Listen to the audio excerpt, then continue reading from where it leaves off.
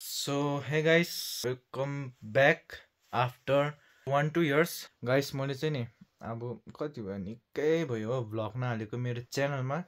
अनि त्यसको बहुत रिजनहरू छ है।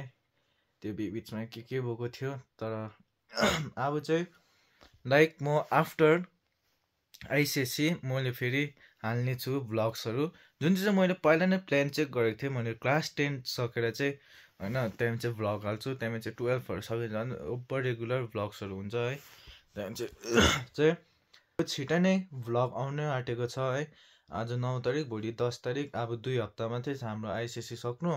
त्यहाँदेखि चाहिँ यसो ट्रिप्सहरू के हुन्छ त्यो सबै पनि हाल्नेवाला छु, किनकि मलाई बहुत रिक्वेस्ट आएको थियो क्या भ्लग हाल्नु भनेर। अनि मैले बिचमा सोचेको पनि थिएँ तर होइन त्यति बेला हाल्दिनँ, कन्टेन्टहरू थियो होइन बिचमा, तर मैले हालेन। तर पढाइहरूले गर्दा पनि के सोच्दा पढाइ केले गर्दा भएन हो, बिचमा टाइमै त पाउँथेन। 10th पुगेको थियो, अब पुगेको थियो हो। अब पढाइहरूमा अलिक साह्रो हुँदै गयो, त्यहाँदेखि चाहिँ त्यसले गर्दा त्यतिकै प्रेसर केले गर्दा चाहिँ गर्नु सकेन, मैले भ्लग हाल्न सकेन हो। अनि म हिन्दी सायद हिन्दीमै कन्टिन्यू गर्छु होला मेरो भ्लगिङ चाहिँ।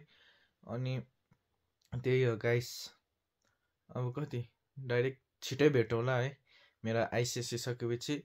सो गाइस त्यहाँपछि चाहिँ फुल फेरि अब चाहिँ ओभर पेस पक्रिनु आँट्छ गाइस। बिचमा हल्का पेस पक्रिनु आँटेको थियो तर सब्सक्राइबर ग्रोथ नभएर चाहिँ त्यस्तो सोचेको थिएँ, तर होइन मान्छेले रिक्वेस्ट गरेर चाहिँ अब यसो हेर्दा चाहिँ ग्रोथ चाहिँ हुने रहेछ भनेर चाल पाएँ हो। त्यस कारणले अब चाहिँ म फेरि भ्लग्समा इन्टर हुनेवाला छु। सो गाइस आजको लागि यति नै बताउनु थियो तपाईँलाई।